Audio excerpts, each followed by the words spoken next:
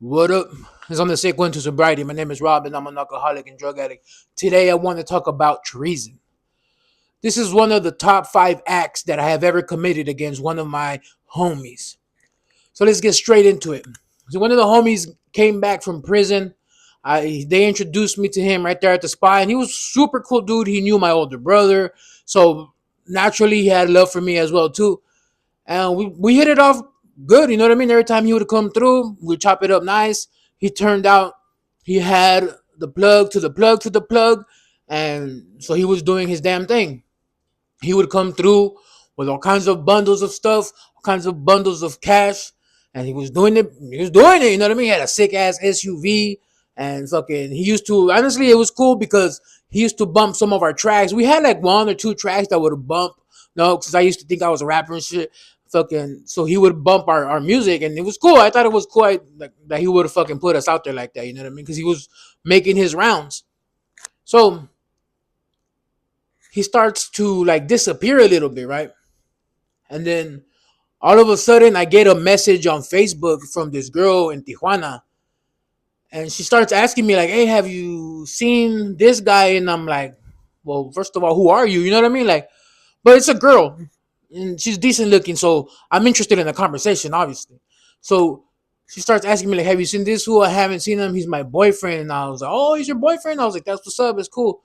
And then I was like, "No, but I haven't seen him." And then she's like, "Oh, but what's up with you?" And I was like, "Oh shit!" Right? But we're having this conversation in Spanish and shit. And we kept on messaging each other that same day. And then I was right there with my homie, right, from the apartments, from the studio, and I told him about the get down, and he's like, "Yeah, fool, like she hit me up too, dog. I don't know if you want to proceed in what you're doing. I don't think it's a really good idea. You know what I mean?" And I was like, "All right, yeah, all right." I didn't take his advice at all. I didn't give a fuck what he had to say about that because I was just like, let's see how far it could go. Let's just see. You never know. What if what if I get the ultimate goal? I hit a home run here. And so we kept on conversating and we hit it off. It was a trip. We would talk every day, message each other, voice messages, whatever. And then one day she gets the balls to invite me to her pad, but it's in TJ, and I don't know anything about TJ, especially traveling by myself. I have no idea where I'm going. And she's like, "Nah, don't trip. It's easy to find my house. Just come over here. Here's the address." She gave me the address, and I was like, "That's it. Your boy's in." You know what I mean? Touchdown, homie.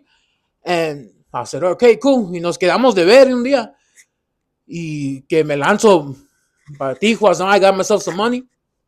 I went to the Taxi Libre over there at the border in San Isidro. I mean, in Tijuana. And then took me all from Tijuana, took me to the Otay area, right? And I was in this random ass neighborhood. I don't know shit about Otay. And I'm just going through these fucking callejones. And sure enough, we landed right there at her pad and shit. But it's weird because these taxi drivers do not need GPS at all. They know exactly where the fuck they're going. And I landed right there. And I was nervous as fuck because I didn't know what to expect. I don't know what this situation was. What if it was a setup? But then I was like, what the what the fuck are they gonna set me up for? I ain't nobody. I ain't got no money. I don't do nothing. You know what I mean? So I got to this girl's pad and I walked in and it was like just random. You know what I mean? Just like my nerves were like going crazy and shit because it's the first time we actually meet in person and shit. You know? And I'm like, this is too suspicious. Like this girl's like way out of my league. Like why? What's really happening right here and shit. So we spend the night together.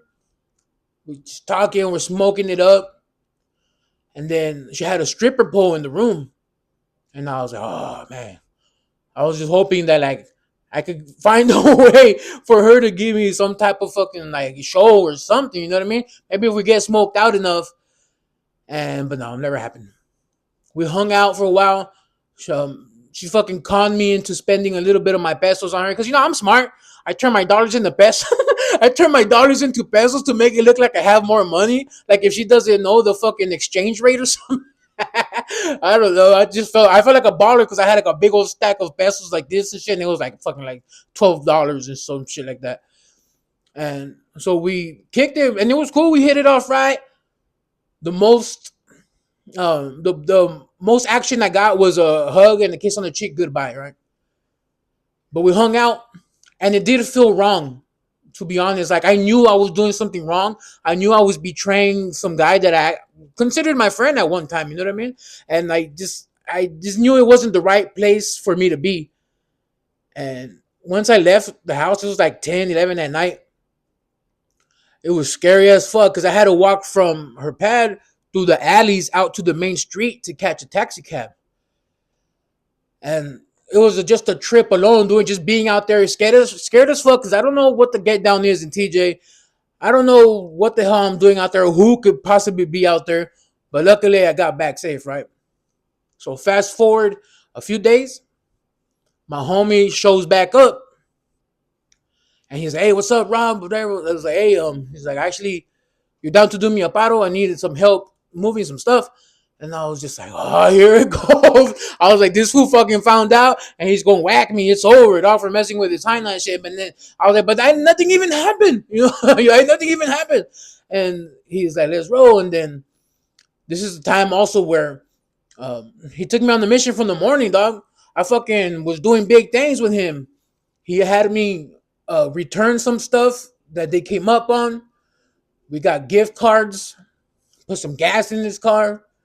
We're just riding around. And we started making deliveries, which was the most crazy thing I've ever done in my life because I don't know how much stuff was in the car at one time, but there was a lot. And if we would have got pulled over, and what am I going to say? Oh, it's not mine, officer. It's all his. Like, what's really going to happen? And when the time comes down to it, you know what I mean? And we went to every single place in fucking town. We were in Del Sol, we're in National City, we're in Eastside, we're in Imperial Beach, we went to La Jolla, and just tripped the fuck out all the random ass characters that I got to meet. And in every single place, I had to keep like my head on swivel because it's strangers and shit. But it would trip me out because as soon as we would get there, my homie would be like, "Hey, fool, give my homie Rob the pipe. He wants to smoke." Like everywhere I would get it smoked out. I was high as fuck. I was just my eyes wide open, fucking sweating bullets for no reason, just sitting there and just, you know what I mean? I was just like on the sick one everywhere we went. And I don't know what the hell he had me doing around there, you know? I was more of a liability than anything, more than a fucking asset, you know? And we went, did all the deliveries. I just felt like, dude, like this is what the fuck this guy does. Fucking sick ass holiday this fool has. Fucking returning stuff, getting gift cards, making deliveries. This guy has an easy ass job. What the hell? But then until I found out that he brings the stuff across in his prison pocket, and I'll pass on that. So, anyways, we're at nighttime. He tells me, "All right, Rob, it's time for the big holiday. It's time for you to show out, dog." And I was like, "What's up?" He's like, "We're gonna take these two cars to TJ." I was like, "Oh."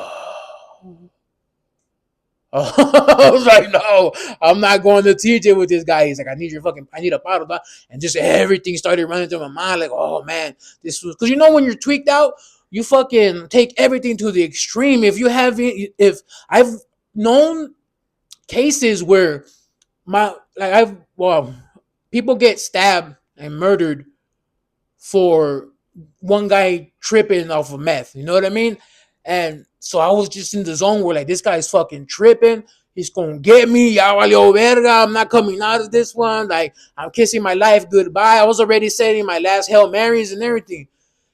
And he's like, "We're gonna take these two cars to TJ to where I live." And he lived with that girl that I went to go see in the beginning.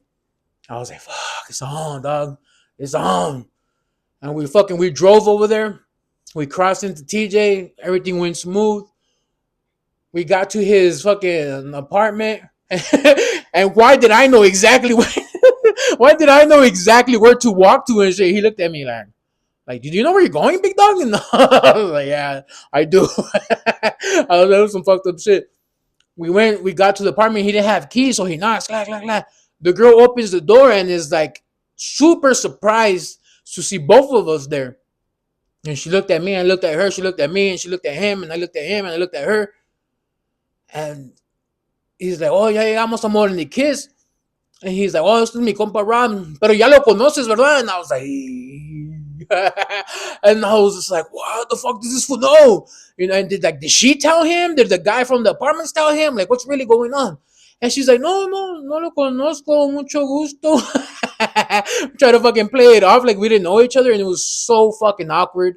It was so weird, and I kicked it with him. I was the third wheel with him for a while, and I was just like bored out of my mind because I was like, dude, I want to fucking bounce, dog. Finally, this random ass dude showed up, and my homie got him to take me back to San Zero to the border. And I was just like, this is the guy that's gonna do it. This is the guy that's gonna get me. He's a total stranger, but I needed that ride back to San Zero because I was done. I was trying to go home. And like, but this is it. I was like, fuck it, I'll take the risk, dog. I'll take the risk, carnal. I fucking got in the car with this fool, and he was a deportee. I don't remember where he's from, but he spoke perfect English to me. And we chopped it up the whole way. Left me at the border. I came back feeling like a player. I came back feeling like El Chapo, like the most biggest mafia member in the world because I was doing deliveries all day. I was fucking mixing it up with all kinds of like OGs from different hoods, and like nobody was tripping on me. And it was just one of those days that I reflect on where everything should have gone wrong. Anything, any weird look that I would have gave, any side look I would have gave, looked at somebody wrong, said something stupid, it could have gone totally left. And that's one of the things about me is that I like to stay quiet when I'm around new people, when I'm around uncertain situations, because I'm just listening and watching for what's going on. People trip out on that shit about me that I'm quiet or whatever. I'm just like, yeah, I'm quiet, but I'm fucking listening. I'm fucking trying to figure out what's going on, you know? And I trip out because my life was in danger this whole time, and I didn't even know. Like, what if we came across the wrong people? What if we were with those guys in Del Sol, and some other fools came tripping, and then I would have got it just for being there? A lot of the times, me being smoked out, I did not realize what kind of situations I put myself in, and I have to reiterate this all the fucking time to always remind myself of how stupid I was when I was on drugs. Because if I ever have the want or the need or the cravings to ever smoke drugs again, I'll reflect on shit like this and remind myself, like, look at the stupid shit you're on, dog. Look at the stupid shit you did, the situations and the places and things that you were involved in. Like, that's what you really want to go back to. You know what I mean? I do not ever again want to put my freedom on the line for doing stupid shit. But that's the story of me going to see my homie's girl.